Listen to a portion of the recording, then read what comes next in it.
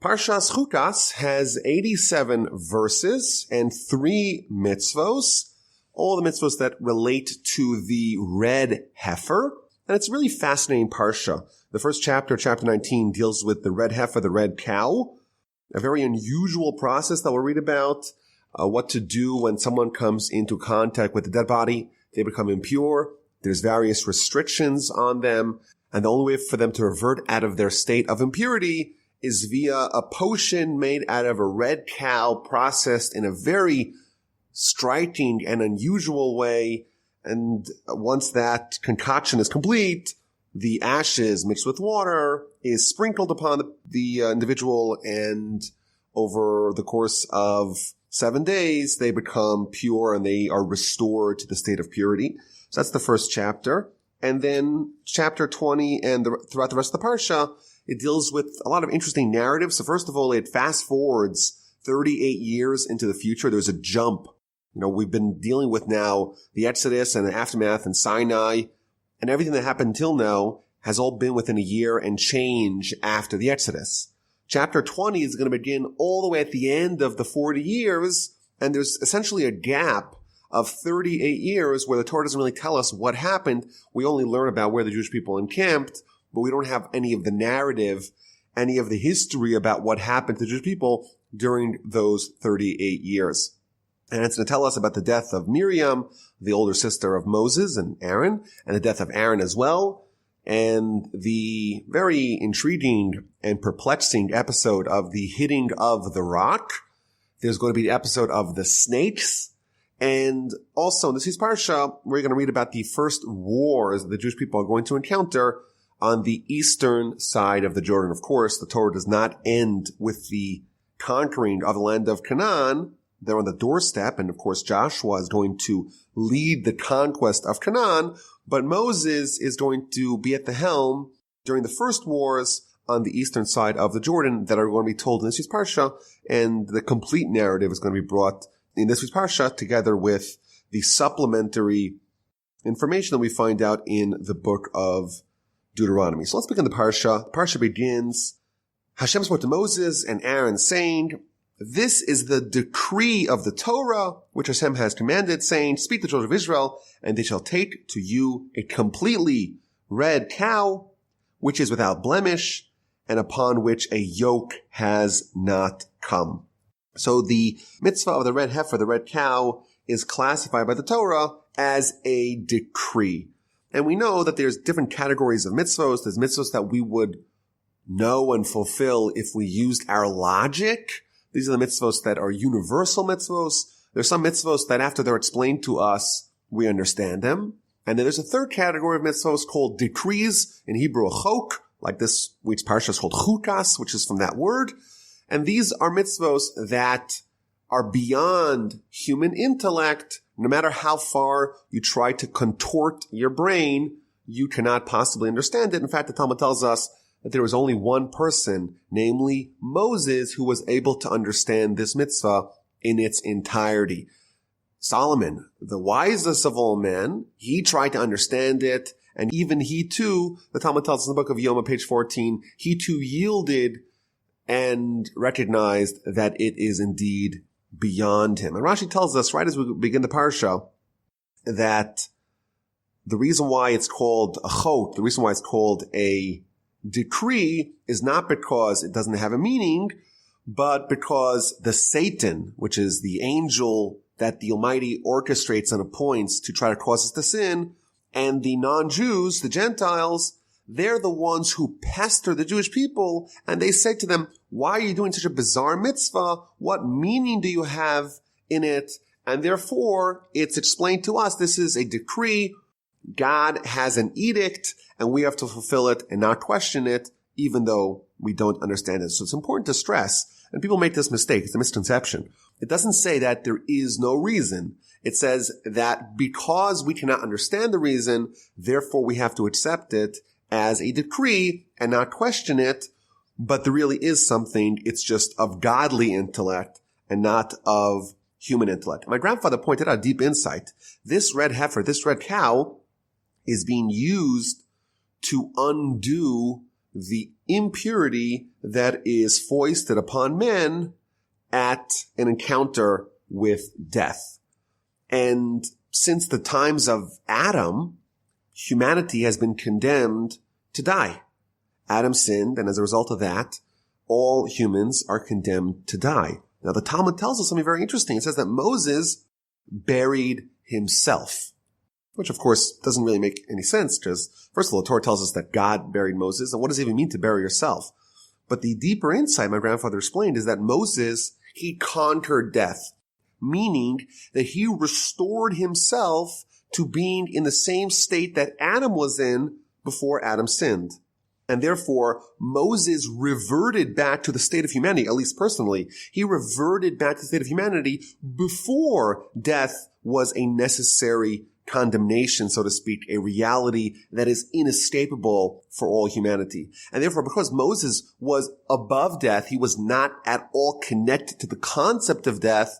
Therefore, the red heifer, which is only there to undo death, made sense to him because they're opposites. The red heifer, in its understanding, cannot be understood by someone who's connected to death. But Moses, who was not connected to death, who buried himself, he was someone that understood it. Now, it's important to stress, we do get some insight from the sages and from the commentaries about the red heifer, and we'll try to understand it as best as we can and try to dwell on the teachings of the sages. But we also have to acknowledge that there is value to this idea that we're accepting the word of God, even though we don't understand it. It doesn't really fully make sense. So what happens over here? We take the red heifer, the red cow.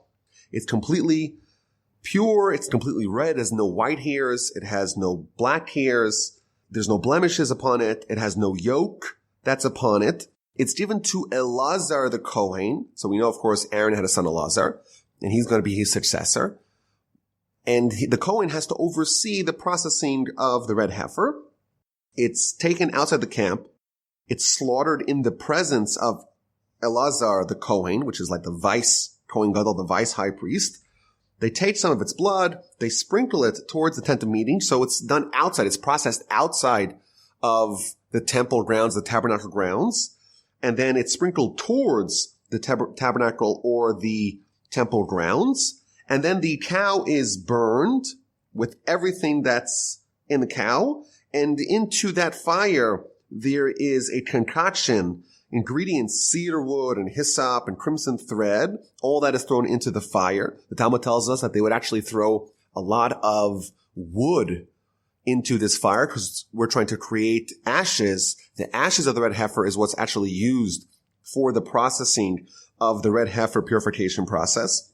And because the red heifer is a exceedingly rare commodity, not to find red heifers or red cows in general, you see a lot of them, but to find a cow that is entirely red or entirely brown or bronze and has no white or black hairs, that is something which is vanishingly rare, and therefore we have to try to create as much of this ashes as possible to last us as long as is needed.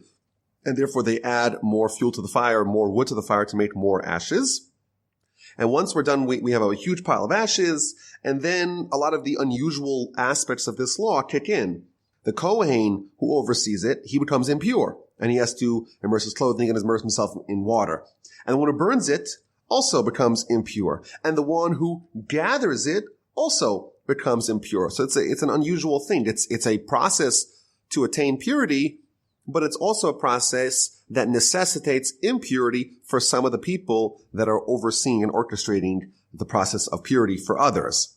And the one who, by the way, sprinkles it on the people who became impure, he also becomes impure. He starts off as pure, becomes impure, and the people that he's sprinkling it upon, they start off impure and they become pure again, which is a little bit of a confusing idea. It's a process of purity, but it garners impurity as well. So we have now all these ashes, and they are placed in various places for safekeeping.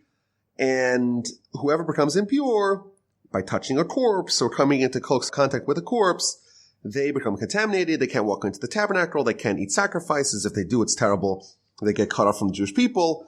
And in order for them to become pure, they have to take this ashes. The ashes are mixed with water as well, and it's sprinkled upon them after they come in contact with dead people on day 3 and day 7, and they become pure, and they're once again allowed to enter the tabernacle and eat sacrifices, etc. And the chapter ends, "This shall be for them an eternal decree, and the one who sprinkles the water of sprinkling shall immerse his clothing, and the one who touches water of sprinkling shall become contaminated until evening.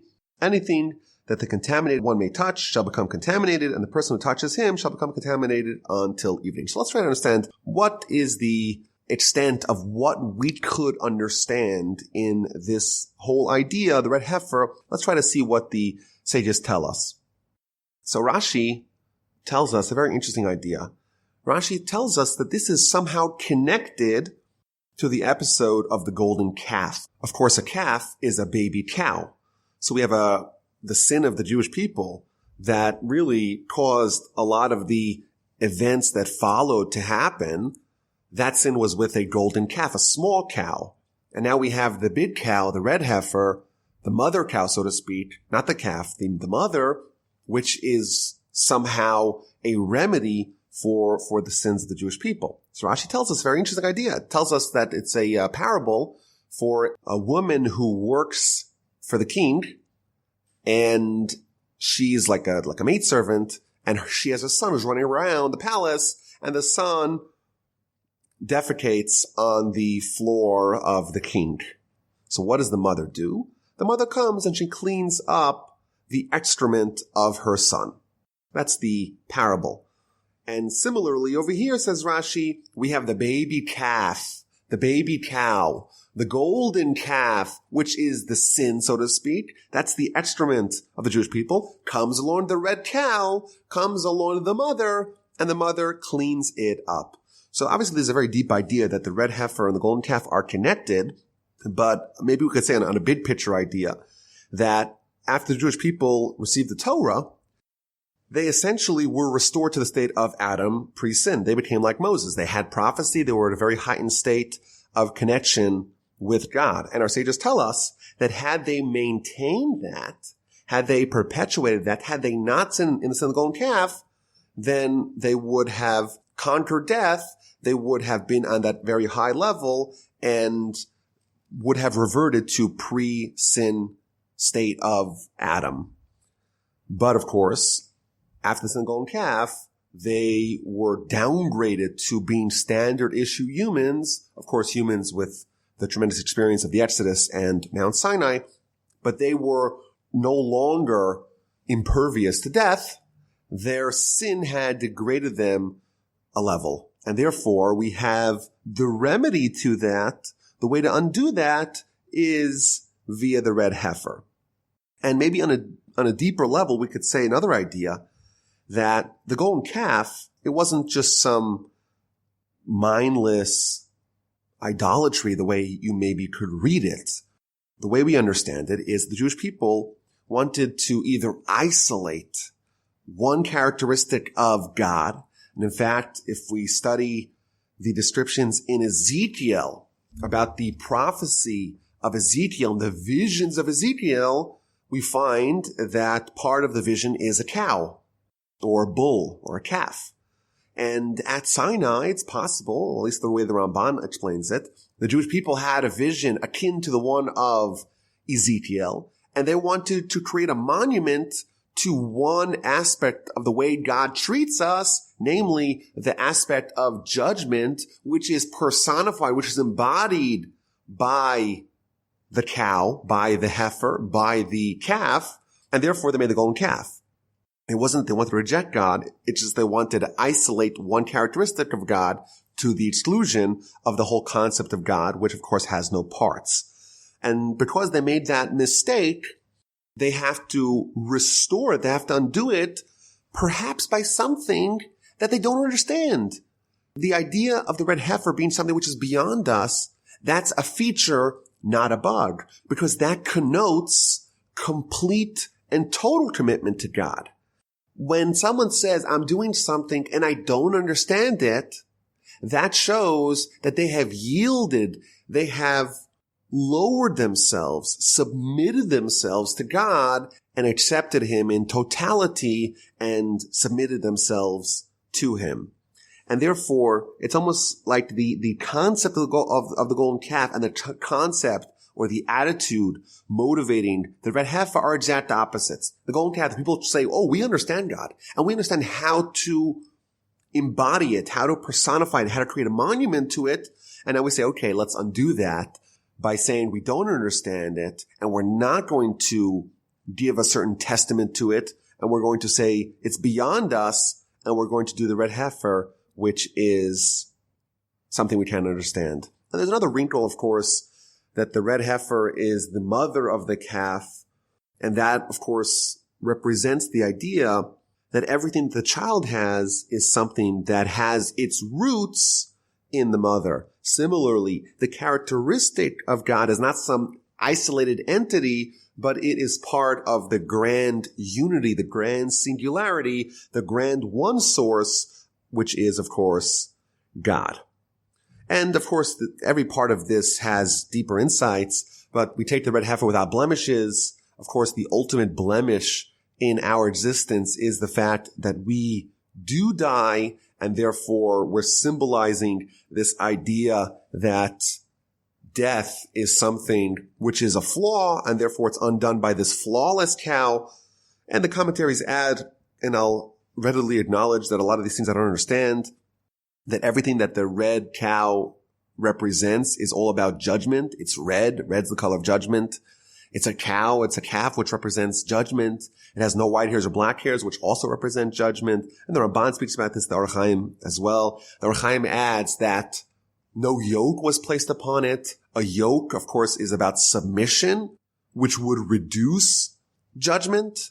And therefore, there's no yoke upon it. So it has complete judgment. Of course, these are very advanced ideas, and we have to acknowledge we don't really understand it. But that's the basic idea, or some of the thoughts that we find in amongst our commentaries about what the red heifer represents. Now, it is interesting that the Torah tells us in verse 3 that Elazar, he oversees the commoner who slaughters the red heifer, but it's Elazar the Kohen, not Aaron the Kohen. At this point in time, Aaron's still alive. So it's an interesting question as to why exactly Elazar, the vice high priest, not Aaron, the high priest himself, why is Elazar overseeing the red heifer? And the Ramban gives a few answers.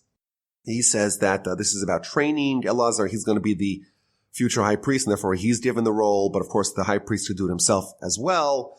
Alternatively, Aaron was so great, he was so holy, that for him to do a service outside of the temple, outside of the tabernacle, it would be beneath his dignity.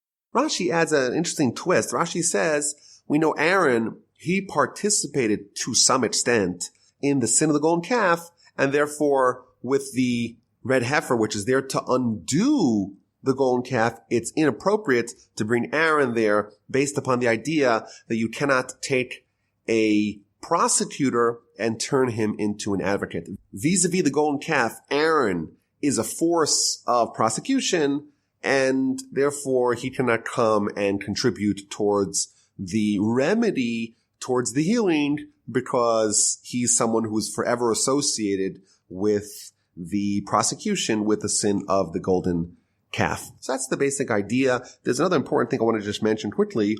In verse 14, there's a famous teaching in Talmud. The verse says, this is the teaching regarding a man who will die in a tent.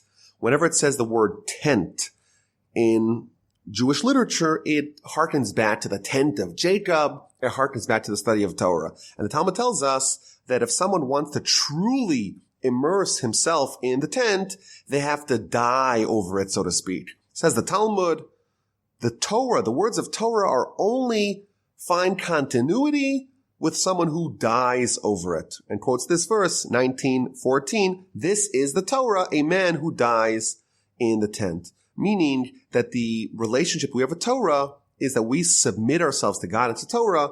We render ourselves like a clean slate, eager and willing to listen and absorb God's wisdom. And that is the correct attitude to have Torah flourish within us.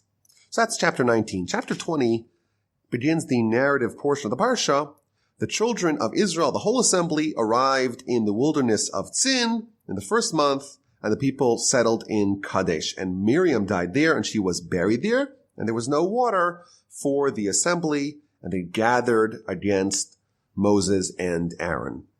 So this verse from chapter 19 to chapter 20, it fast forwards 38 years towards the end of the 40-year duration of the Jewish people's time in the wilderness.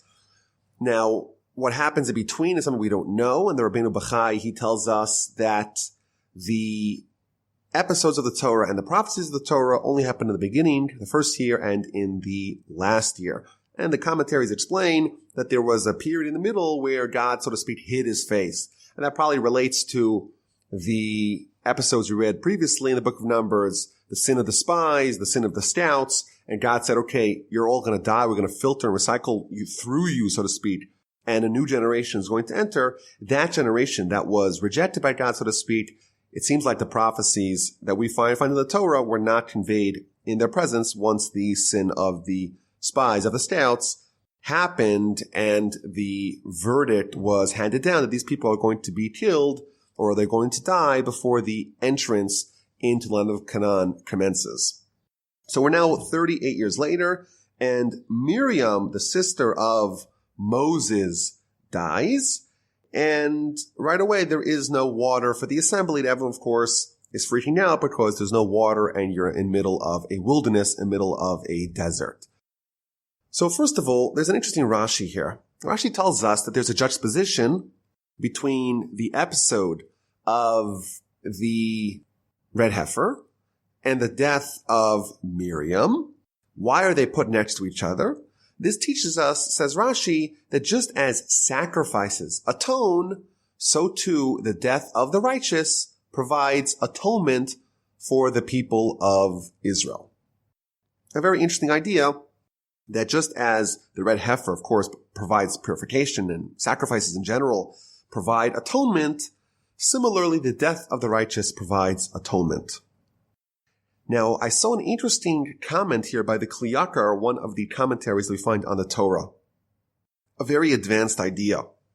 He tells us that there's 4 places in the Torah where this idea is being conveyed, that there's a juxtaposition between 2 episodes to teach us this kind of idea. For example, it tells us in the book of Leviticus where the sons of Aaron died. Right afterwards, we read about the Yom Kippur services, and that tells us what's the juxtaposition, because when the righteous die, it's like Yom Kippur. It provides atonement.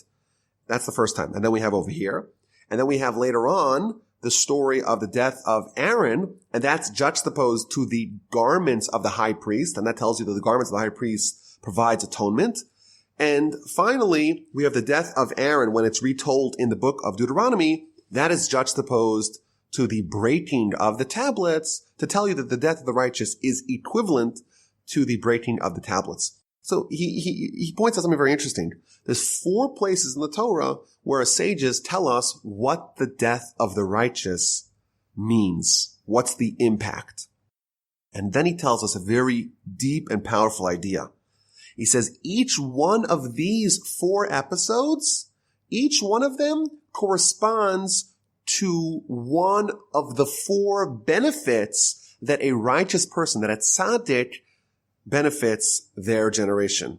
So for example, number 1, here we have the story of the death of Miriam. And then right away, what happens? There's no water. We find out that the reason why there's no water is because the water that was provided to them for 40 years was provided to them via the merit of Miriam. So this is one element of the benefits that the righteous provide to their generation, that they provide nourishment. And he quotes the sages in the Talmud. Talmud says that when there's a righteous person, the nourishment that is given to the whole world is done in their merit. That's the first idea. The second idea is that a righteous person, a Torah scholar, a Torah sage, teaches the nation Torah. And therefore, when they die, it's like the breaking of the tablets, because the connection to Torah is weakened via the death of the righteous. And therefore, when Aaron died, it's juxtaposed to the destruction of the first set of tablets. The third concept, the third benefit that the righteous give us to the generation, to the nation, is equivalent to garments. Just as you have a garment, it provides warmth, it provides comfort, it provides shelter. Similarly, when the righteous are present and when the righteous are alive in a generation, they provide protection, they provide comfort for the nation. And we'll read a little bit later on in this year's Parsha, when Aaron died, the clouds that had enveloped the nation for the duration of the 40 years, they ceased and they stopped. And that's similar to the idea of garments, that they were a protective sheath for the nation. That's another element of the benefits that are given to us by the righteous. And finally, the death of the righteous provides atonement, because a righteous person provides atonement for the generation, and therefore, just like Yom Kippur provides atonement, so too the righteous provides atonement to the generation when they pass, and that is another benefit that is given to us by the righteous. Very interesting idea that the Kli Yakar here tells us, that there's 4 times in the Torah where this concept is revealed, and each one of them is revealing a different component, different aspect of the benefits that a righteous person, that a tzaddik, gives us as the nation when they are alive and in their passing. So Miriam dies, and she's buried there, and right away there is no water for the assembly. There's an amazing Rashi over here. Rashi tells us that from here we learn, from these 2 verses, verse 1 and verse 2, Miriam died and there is no water, we find out that the well that had been following the nation for 40 years was done in the merit of Miriam. Now the Talmud in the book of Tainus tells us that eventually, and we'll read about the story a little bit later on, it's brought back, the water, and the well is restored by Moses and by Aaron. They're going to pray, of course. They're going to hit the rock first, and that's going to cause a problem. It's going to be a sin. But ultimately, the water came back because of the 2 brothers of Miriam. But initially, the well that had followed the Jewish people was the byproduct of the merits of Miriam. But if you read Rashi very critically, you find out a deep insight. Here, Rashi is telling us that because when Miriam died, the water stopped, only then did everyone realize that the water had come because of Miriam. Which means that for the course of 40 years, a nation of millions of people are drinking water every single day, billions and billions, maybe even trillions of glasses of water that they're drinking from this miraculous well that has been following them, and no one knew that this was all in the merit of Miriam. No one knew. And then when she dies, only then does it become clear to them that it happened because of her. And the commentaries add that when she died, there wasn't the proper eulogizing, there wasn't the proper mourning, and that's why they lost it. Had they realized who she was, they could have maintained her merit. Because the nation didn't realize who she was and what she was doing for them, that's the reason why they lost it. So everyone's thirsty, and they come to Moses and Aaron. There's no water, and please provide us water. But of course, they complain a little bit. You took us out into the wilderness. We're all going to die, us and our animals. Why'd you bring us up from Egypt to bring us to this evil place? There's no water.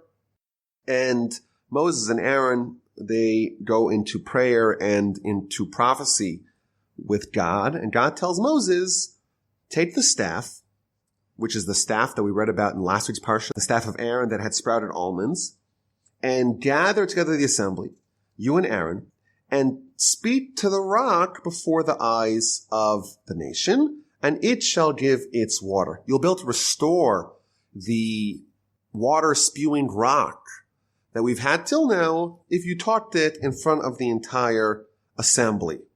You shall bring forth for them water from the rock and give drink to the assembly and to their animals. So what happens? So Moses takes the staff, and they gather the nation. And Moses speaks to the nation, listen now, O rebels. shall we bring forth water for you from this rock? Is it possible? So Moses takes his arm and strikes the rock with the staff twice, and abundant water came forth, and the assembly and their animals drank. So if you just read that, simply you're like, this is an amazing miracle. Moses and Aaron, they convene the entire nation, they hit the rock, and water spews forth, and there's enough water for the whole nation and for their animals. But right away we read that this was a major sin. They're punished for it. Hashem said to Moses and Aaron, because you don't believe in me to sanctify me in the eyes of the children of Israel, therefore you will not bring this congregation to the land that I have given them. They are the waters of strife, where the children of Israel contended with Hashem, and he was sanctified through them. So a very interesting idea here, and maybe one of the most puzzling episodes in the Torah.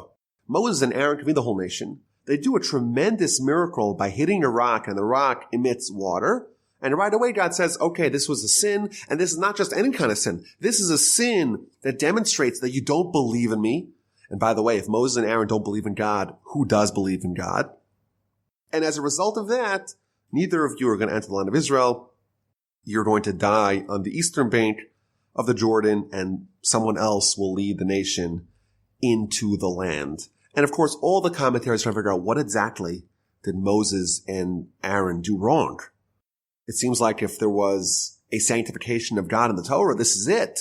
Hitting a rock and the rock emits water, enough water for millions of people, that's a great miracle. But God says, no, you didn't sanctify me. You left the miracle on the table, and therefore you're going to be punished. It's a very interesting and problematic episode, and all the commentators, voluminous commentaries on this, trying to understand what happened. Because Rashi tells us that the sin is that instead of speaking to the rock, they hit the rock. And the Ramban asks a series of very long Ramban here as an essay on this, and he brings Rashi, doesn't like Rashi's interpretation, he brings the Rambam's interpretation, doesn't like that one either. And he says, Rashi, I don't get it.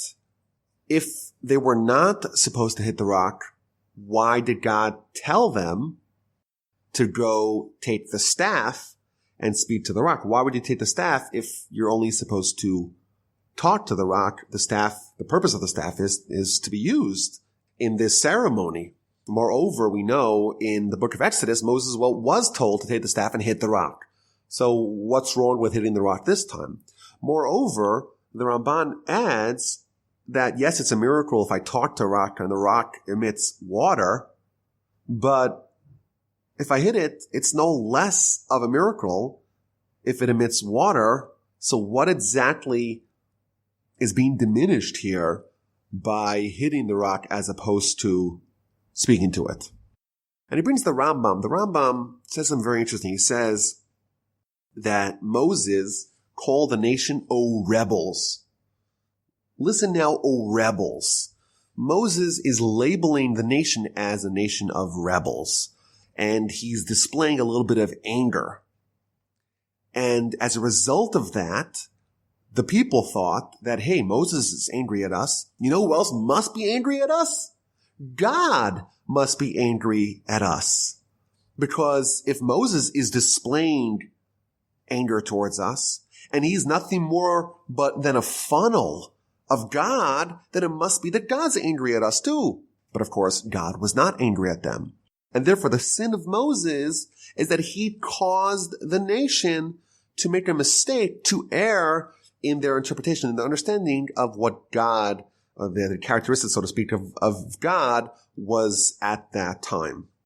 And that's a very deep idea that Moses, every one of his actions, every one of his words was a lesson to the nation. He wasn't displaying his own feelings. He was displaying what God was, so to speak, feeling at that time. And if Moses is angry and God's not angry, that is a sin that shows that there is a misalignment. There's an asymmetry between Moses and God. Moses does not have faith in God, so to speak. Of course, this is only for Moses, and at his level, this is a sin for Moses. For us, it probably wouldn't be a sin. I would say quite the contrary. It'd probably be a great miracle and mitzvah if we could do this.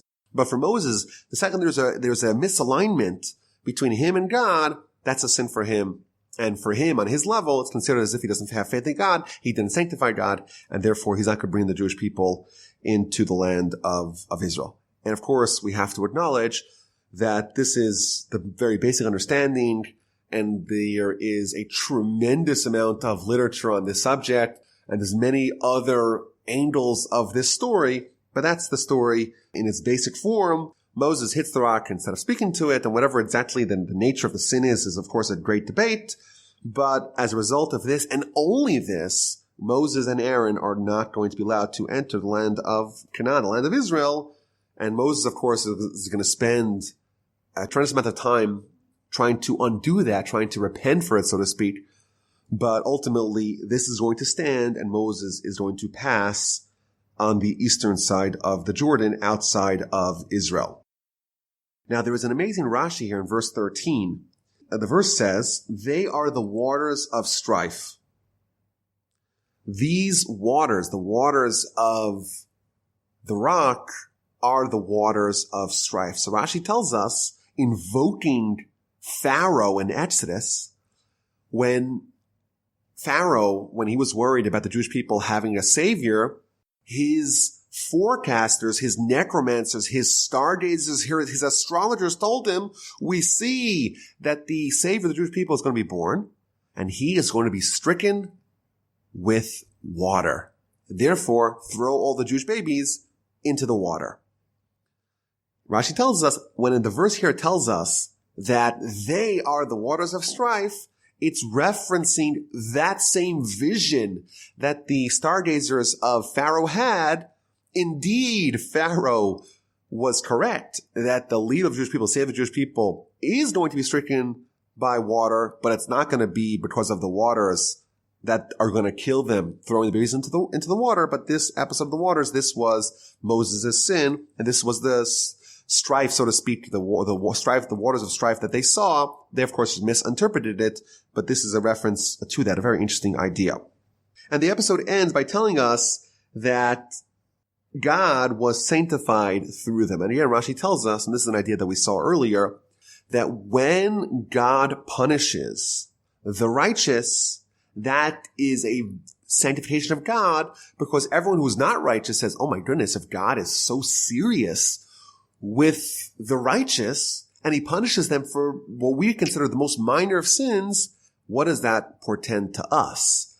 And the lesson that the nation takes when they see God punishing the righteous is a lesson that provides sanctification for God, because they all take the lesson home, and therefore the punishment of the righteous is indeed something which God is sanctified through. And I would just add, and this is of course dicey territory, but the people who ask the question, where was God in the Holocaust? Of course, it's a very difficult question to grapple with, but the question of why the righteous died in the Holocaust is a different angle. And here we see a little bit of a Jewish perspective of that when the righteous die, or the righteous are punished, and comparatively less righteous people are not punished, or not punished by the same severity, here's a little bit of a wrinkle of understanding that this provides more of a lesson, more of a sanctification than when the wicked or the less righteous are punished. And then verse 14, we begin reading about the encounters that the Jewish people had with the various nations that are blockading their entrance to the land. Of course, the eastern border of the land of Israel is the Jordan River. And you have the west bank of the river, which is in the land of Canaan, the land of Israel proper. And then you have the eastern bank, which at that time was occupied by all kinds of nations. And the Jewish people want to navigate and negotiate passage to Canaan, and they have to get through some of those nations. So they begin, and this is the first encounter with a foreign adversary in the Parsha, they begin with Edom, with the nation of Edom. So Moses sent emissaries from Kadesh to the king of Edom, and he reaches out to the nation of Edom. Edom, of course, is from the family of Esav, of Esau. And they reach out and they send the message as follows. So said your brother Israel. So right away you were invoking the brotherhood, because of course the nation, they're descendants of Jacob, the brother of Esav. You know all the hardships that have befallen us, and he gives us the whole history. Our forefathers descended to Egypt, and they dwelt in Egypt for many years, and the Egyptians did evil to us and our forefathers. We cried out to Hashem. He heard our voice. He sent an emissary to take us out of the land of Egypt, and now we're in Kadesh, the city at the edge of your border. Let us pass through your land. We shall not pass through field or vineyard. We shall not drink well water. On the king's road we shall travel. We were not going to veer right or left until we pass through your border. So they make a request for passage through the land of Edom. And Edom responds, Edom said to him, you shall not pass through me, lest I come against you with the sword. And the people persist, the nation of Israel persists, and they say to them, okay, maybe we have a different arrangement. We should go through on the highway. If we drink water, me or my flock will pay the price. We're not going to happen to you. We're just going to walk through on foot. And again, the response is unambiguous. You shall not pass through. And then Edom went out against them with a massive throng and a strong hand, and they refused passage, and the nation of Israel turned away from them. So this is the first encounter with an enemy, the enemy of Edom. So there's a very interesting Rashi here explaining the subtext of this dialogue, of this negotiation. The people of Israel begin, we are your brothers. What is the reason why the brotherhood is being invoked here? Rashi tells us, according from the Midrash, that we're brothers, and after all, our common ancestor, Abraham, was promised that you should surely know that your children will be foreigners in a foreign land. There was a curse that was upon our collective family. Both of us, the nation of Israel, the nation of the Jewish people, the children of Israel, and the children of Edom, both of them had this debt to pay from the time of Abraham. And who paid that debt? We paid that debt. And therefore, because we paid that debt, therefore we earn the right to the land of Israel. We're the ones who pay the debt, and therefore you should not have any problems, any qualms with our entrance into the land of Canaan, because after all, the people who pay the debt, they're the ones who should reap the rewards. We pay the debt we suffered at the hands of Pharaoh and the Egyptians, and therefore we have earned our claim to the land of Israel, and therefore let us go through. And the response of Edom is interesting because Rashi again explains that the Jewish people are invoking their prayer, and that, of course, is the characteristics of Jacob. The voice is the voice of Jacob. And the response of Edom is that the sword is the power of Esav. Why? You approach as Jacob. You approach with prayer. I'm going to approach as Esav, as Esau. I'm going to approach you with the sword. And ultimately, they don't let them pass. They veered away. And the Ramban here tells us that the reason why they did not respond militarily to the Edomites, to Esav, is based upon divine mandate. We read this, again, like we mentioned earlier, the narrative of the conquest of the eastern bank of the Jordan is retold in the beginning of the book of Deuteronomy, and we find out some more information that completes the narrative for us. And there we find out that God told Moses to not start up with the Edomites. They're the ones who rightfully have the land of Seir, and therefore the reason why they veered away from them is not because they were scared of a fight, but it was based upon a divine instruction that they're not allowed to wage war with Edom. And then they journey out of the vicinity of Edom, and they arrive at Mount Hor, which is Har Hahar in Hebrew. And the word Har means mountain, and Har Hahar means mountain upon mountain. So Rashi tells us this looks like a fruit. If you would have an apple on top of an apple, a mountain on top of a mountain, you would have Har Hahar, Mount Har, which is the mountain upon which Aaron is going to be buried. And this is on the border of the land of Edom, and Moses is instructed by God, Aaron's going to die. He's not going to enter the land because of the waters of strife. Again, exclusively because of that sin. Take Aaron and Elazar his son, bring them on top of the mountain, take off Aaron's special garments that are reserved for the high priest, and dress his son Elazar, who is dressed with the 4 garments of a regular priest, and upgrade him to be the replacement, to be the successor of his father as the high priest, and Aaron is going to die. So Moses did as Hashem commanded. They ascended Mount Hor before the eyes of the entire assembly. Moses stripped Aaron's garments from him and dressed Elazar, his son, in them. The commentaries quote the Midrash and the Talmud that tells us this was miraculous, that you couldn't really undo this without taking off all the garments, but the 4 garments that are universal amongst the Kohanim remained on Aaron in a miraculous fashion. And Aaron died there on the top of the mountain, and Moses and Elazar descended from the mountain. When the entire assembly saw that Aaron had perished, they wept for Aaron for 30 days, the entire house of Israel. There's a very interesting Rashi here that tells us the process of Aaron's passing.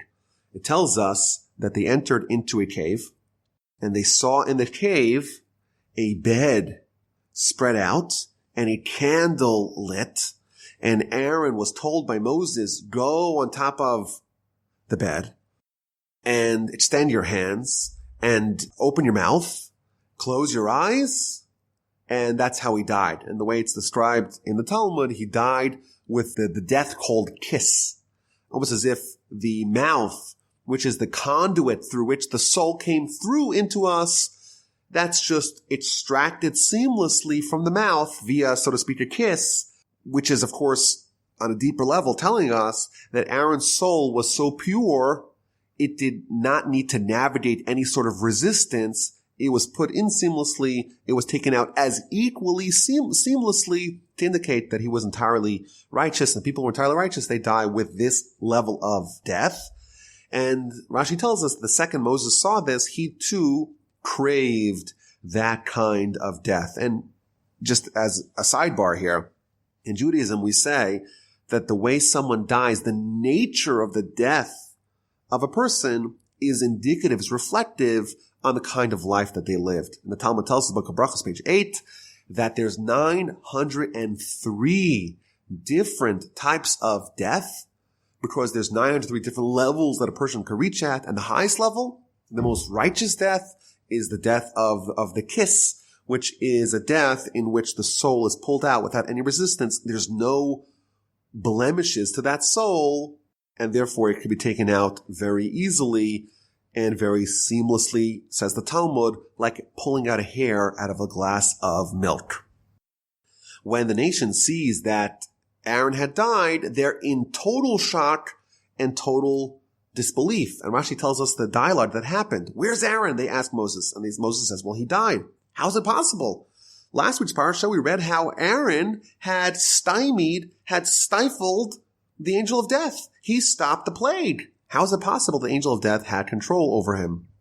And right away, Moses requested mercy, and the angels showed a vision to the nation of Aaron placed upon a bier, placed upon a bed, and they believed him. They couldn't believe him that Aaron would die. Aaron, in their minds, was impervious to death, but once they saw that, they believed him. And as a result of the passing of Aaron, the whole nation cries for 30 days. Rashi tells us, why is it the whole nation?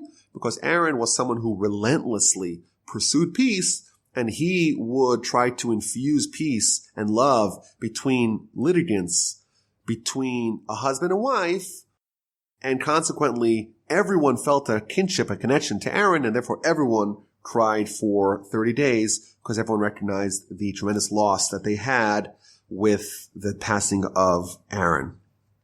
And right away, we read chapter 21 that Amalek, masquerading as a regular Canaanite nation, they discover the whereabouts of the people of Israel, and they attack, and they took a captive from the nation of Israel.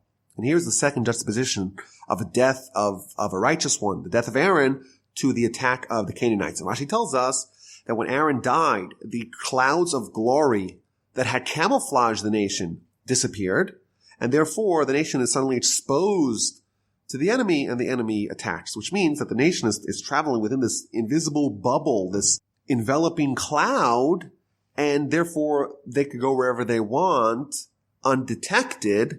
But now once Aaron dies, the cloud goes away, and therefore their whereabouts are known to the enemy. Now Amalek is acting quite sinisterly because they are attacking as Canaanites. You read the verse says the Canaanite king of Arad, they heard about the Jewish people and they attack. But we find out from Rashi, these are not regular Canaanites. These are specifically the southern dwelling Canaanites, which is Amalek. And Rashi tells us why did they masquerade as Canaanites? Because they spoke the land of Canaan and they camouflaged themselves because they wanted the Jewish people to pray for salvation from the Canaanites and therefore to say an incorrect prayer because it's not the Canaanites, it's really the Amalekites. And therefore the prayer would be inefficacious and therefore they would be able to win. Very deep insight.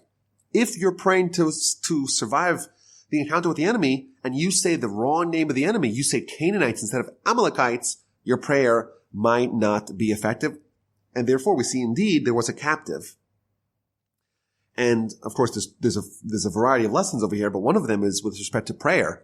Prayer has to be precise. Almost like if you put in a website address and you spell incorrectly, it doesn't matter how many times you hit the enter button, it's not going to work. Similarly, prayer, you're asking God for something specific, and if you say the wrong thing, even though, of course, God knows what you really want, but prayer is such a powerful tool, and it has to be marshaled correctly, and therefore if you say it inaccurately, it's not going to work. There's a story with Rabbi Akiva Eiger, one of the great sages of the late 18th and early 19th century. There was a prayer that he was saying, and someone told him, pray for this person, for this and this name. And he's like, this is the wrong name because I feel resistance to the prayer. And indeed, it turned out that it was the wrong name. And that's why the prayer was not immediately efficacious. So they have an encounter with Amalek. And indeed, Amalek is successful in taking a captive. Rashi tells us this is only one maidservant. And this, I think, reveals an insight that for us, any degree of casualties of war is too much to bear. And we see this amongst other nations, when there's an exchange, a prisoner exchange, there's one Israeli soldier and there's 5,000 terrorists. And the asymmetry is reflected over here because the Jewish nation, no loss is tolerable. And here we see a focus that we lost, and who did we lose? We lost one person, and who was that? It was a maidservant. You would think that would not even register, but here we see an insight, the Jewish people, when we have war, any degree of casualty is something that we cannot bear. And the people pray to God, and they make a vow, if you deliver this people into my hand, I will consecrate their cities, meaning I will dedicate the spoils of war to God. God heard their voice. And he delivered the Canaanites, and indeed they kept their promise. They consecrated them and their cities, and they named the place that they conquered, they named it Charma. After that war, the war with Amalek, they retreated a little bit, and they went back in the direction where they came from to circle around the land of Edom. But the people got really frustrated with this detour, and they started complaining, why do you bring us out to the land of Egypt? We're going to die in the wilderness. There's no food. There's no water. We're disgusted with the manna, with this insubstantial food. And God sent the fiery serpents, the venomous serpents, to go kill the people because they were complaining. And a large multitude of Israel died. They started retreating. They started going in a circuitous route. And the people are so frustrated. We're finally on the doorstep of Canaan, and now we're going back around. They start complaining. And God responds with a fitting punishment by sending after them the venomous snakes. And Rashi tells us that the snake, the primordial snake of Genesis, spoke evil, and therefore these people speaking evil, and therefore it's appropriate for them to be punished with snakes. And in addition, Rashi tells us the second reason why God sends snakes is because a snake, everything tastes like dust. And here the Jewish people, they show ingratitude because they have the manna, which tastes like anything that you want it to taste like, and therefore it's appropriate. When you complain about the manna, it's appropriate that you're attacked with snakes because the manna is the exact opposite of any snake food. The manna tastes like anything, and the snake food tastes all the same. So the serpents are attacking the Jewish people. They complain to Moses. Moses prays to God, and God says to them, okay, I'll give you a solution. Make a pole Upon the pole put a fiery serpent. Anyone who is bitten by the serpent will look at it and live. So Moses makes a serpent of copper, placed it upon a pole, and indeed, when a serpent bit any person, they would stare at the copper serpent and they would live. So this is, of course, a miracle. And Rashi quotes the teaching from the Talmud in the book of Rosh Hashanah. What does it mean to look at this staff, this fiery serpent staff? What does it mean? Of course, it's not to tell you that the snake kills, nor does the snake give life. But when you look up to heaven and you pray, then God will save you. And the Ramban adds that this is to remind us that not only does God give life, but God also kills. Yes, the remedy of the snake bite comes from God, but certainly the snake bite itself also comes from God. And then we read about another encounter, this time with the Amorites, and something really miraculous happens. And Rashi fills us in the details that they were waiting in ambush in caves between two mountains, and their plan was when the people passed beneath in the valley between these two mountains, they're going to pummel them with all kinds of weaponry, and they're going to kill them in this way. And God made a miracle that the two mountains temporarily clasped together, crushing them to death. And we get a very vivid description here in Rashi that their blood and their guts and their limbs were all crushed by these two mountains that clasped together, and it all fell down into the valley. And as a result of that, we read this song of the book of the Wars of Hashem, which is the song based upon the miracle that happened.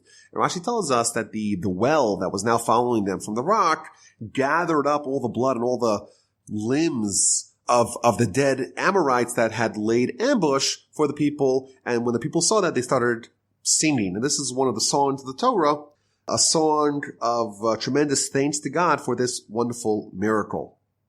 Now, there's an interesting question Rashi tells us here in the end of his commentary on this song.